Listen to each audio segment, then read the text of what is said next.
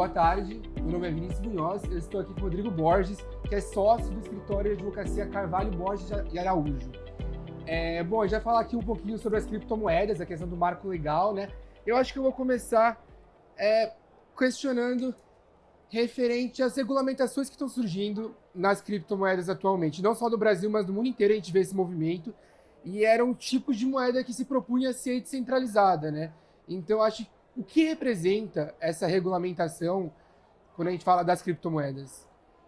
Vinícius, é muito interessante essa pergunta, porque se a gente olhar como surgiu o mercado, só um rápido apanhado histórico, surgiu lá em 2008, era um movimento criptoanarquista, no qual pessoas incomodadas com o que aconteceu por conta da crise imobiliária dos Estados Unidos criaram essa moeda alternativa a Estado, no qual o Estado não teria controle. Então ninguém conseguiria mudar a regra, emitir mais moeda de acordo com o momento. Tem a regra determinada e assim ela funciona.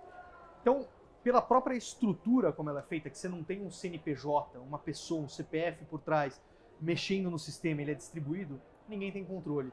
E isso que traz a segurança para esse mercado. E traz a segurança operacional, e para o mundo jurídico traz um pouco de, não vou dizer insegurança, mas uma dificuldade de como lidar com isso. Porque a gente está acostumado a ter leis e que a lei ela seja efetiva em relação a uma determinada coisa. Quando a gente olha o mundo cripto, a depender de como a lei for feita, ela pode não ter a sua efetividade.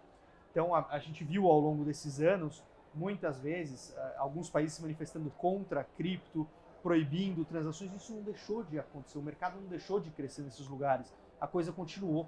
Então, essa que é a beleza da coisa, que o direito tem que olhar com uma outra cabeça. Se a gente olhar com a cabeça tradicional, a gente pode ter uma certa dificuldade em como interpretar esse mercado e como criar uma lei boa. Por isso que as discussões que a gente tem mundo afora são muito mais de questões principiológicas do que taxativas. Então é mais conceitos e não tentar regular absolutamente tudo.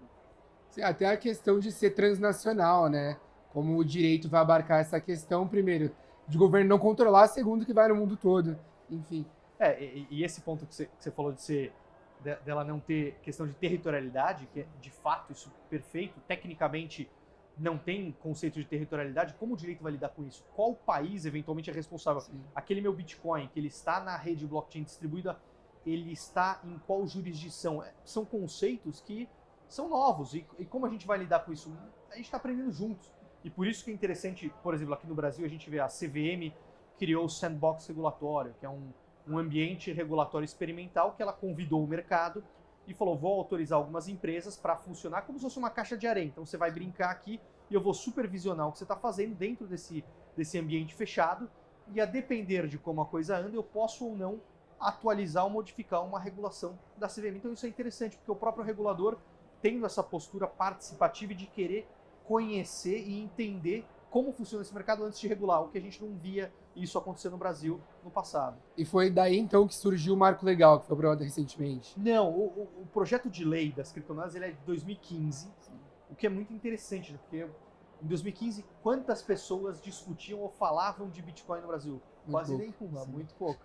Então, ainda hoje, eu às vezes acabo me confundindo, achando que o mundo inteiro está olhando cripto porque eu vivo na bolha, cada um vive na sua bolha. Mas a gente sabe que ainda uma pequena parcela da população tem olhar atento a esse mercado. Mas quem muito dera mais tivesse comprado lá em 2015. E de 2015 para cá, então a gente teve esse projeto de lei de 2015, que ele era muito confuso. Ele confundia Bitcoin com milhas, programas de milhagens, então ele era bastante confuso. E veio sendo aprimorado. Até que em 2019, o mesmo autor do projeto de lei de 2015 apresentou um novo texto, e esse texto ele foi sendo desenvolvido até que é o que chamam de marco legal das criptomoedas, que foi aprovado já na Câmara e no Senado, e ele tem uma redação bastante interessante, porque ele não busca regular tudo, ele traz conceitos amplos e gerais desse mercado, deixando a cargo do regulador infralegal, no caso Banco Central e CVM, trazer a regulação específica, o que é positivo, porque você tira do legislativo essas discussões e, na minha visão, possibilita uma discussão muito mais técnica e ágil para conseguir acompanhar o que acontece no mercado. Igual a gente viu o Banco Central regular o mercado de pagamentos, olha a evolução que a gente teve com o Pix e todas essas inovações. Então, a minha expectativa é que aconteça o mesmo com o mercado cripto. E ainda há muito ceticismo quando a gente fala de mercado cripto, né? Acho que sobretudo pela variação de valor, que é muito abrupta, né? Muito volátil, então do nada cai pela metade. Esse marco legal, essa regulamentação que fazem aqui no Brasil, será que também vai deixar as pessoas menos céticas, menos desconfiáveis, assim, com relação a... É que eu acho que tem duas coisas, né? Então a primeira, esse ceticismo e muito preconceito, vamos falar a verdade, que tem sobre o mundo cripto é por conta de como ele surgiu. Como ele era um movimento criptoanárquico lá em 2000, Bitcoin não é de agora, é de 2008. Então ele tá no mercado aí, eu sou ruim de conta, mas acho que fazem 14 anos, né, que tá no mercado aí rodando. Então, quando surgiu, pouca gente deu atenção. E quem deu atenção foi justamente uma plataforma que funcionava na Deep Web, chamava Silk Road, tem inclusive um documentário no Netflix, que possibilitava a venda de drogas e tudo, e a compra era por meio de Bitcoin. Então, se atrelou esse mercado com essa imagem negativa e não tem nenhuma relação com isso, muito pelo contrário. É extremamente seguro, todas as transações são rastreáveis, então fica muito mais difícil. Você tem um anonimato relativo, então você vê todas as transações, você tem só uma proteção em relação à identidade de quem está por trás da transação. E do outro lado, a gente precisa muito de educação, porque as pessoas precisam conhecer naquilo que elas estão investindo. Uhum. Então você vê hoje com redes sociais, muita gente posta vídeo, ganhei muito dinheiro do dia para noite com isso, com aquilo, cada hora tem um assunto da moda. Só que as pessoas precisam estudar, não há uma lei que vai mudar o comportamento da sociedade, é o conhecimento, é a pessoa entendendo aonde ela quer colocar o dinheiro dela e colocando com responsabilidade. Caso contrário, hoje é o Bitcoin, amanhã a gente vai estar discutindo outra coisa e, de novo, não há lei que vai resolver esse problema. Perfeito. E acho que a questão final, talvez acho que puxar um pouquinho da palestra que você deu aqui na Fenaló, né? Então, como aplicar os direitos em transações financeiras quando a gente está falando em criptomoeda? Isso é legal porque todo mundo pergunta, fala, poxa, mas se eu não tenho uma lei específica para criptomoedas, então eu não posso investir, ou eu tenho uma dificuldade. Não, a gente não precisa de lei para tudo, isso é a principal coisa. A gente está sentado, eu estou sentado aqui nessa poltrona, não tem uma lei falando que a poltrona tem que ter 4 pés. Ela pode ter 4, pode ter 3, pode ter 2, pode ter sei lá quantos. Então assim, eu não preciso de lei para tudo. Contanto que fique em pé. Contanto que ela cumpra a sua função, eu não preciso de lei para tudo. Se não, já pensou em inferno, ainda mais quando a gente fala tecnologia, se eu depender de lei para tudo, a gente vai estar sempre correndo atrás do próprio rabo e nunca vai ter uma solução, a gente sempre vai estar atrasado. Isso é a coisa boa, o momento que a gente vive no Brasil, que desde que foi aprovada a Lei da Liberdade Econômica, a gente tem uma liberdade de empreender. Então hoje o empreendedor ele pode desenvolver o seu projeto de cripto, ele pode desenvolver o seu token, desde que não tenha conflito com uma lei já existente.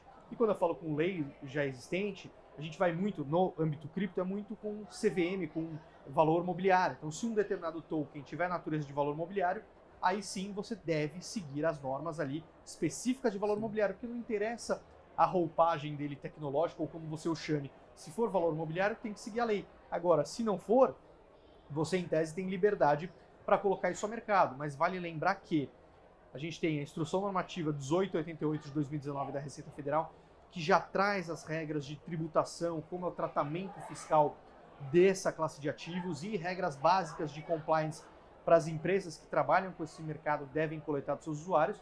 E outra coisa também, que é importante a gente destacar, é que a CVM recentemente publicou o parecer de orientação número 40, no qual ele traz alguns esclarecimentos do que é o não valor mobiliário no âmbito de cripto. Então a gente está caminhando muito bem. O Brasil hoje foi um dos primeiros países a ter produto de cripto na Bolsa de Valores. Acho que a gente vive um momento muito bom.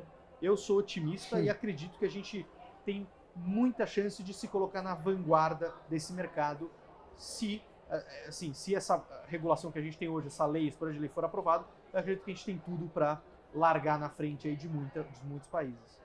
Eu espero que sim. Agradecemos, senhor Rodrigo, obrigado pelas palavras. Se você quiser também fazer uma consideração final aí. Eu agradeço, um prazer aqui participar do evento, da Fenaló. Confesso que eu não imaginava o tamanho desse evento, muito bacana. E estou muito feliz aqui à disposição de vocês, o que eu puder contribuir. Vai ser sempre um prazer. Bom, muito obrigado a quem acompanhou até agora e até a próxima.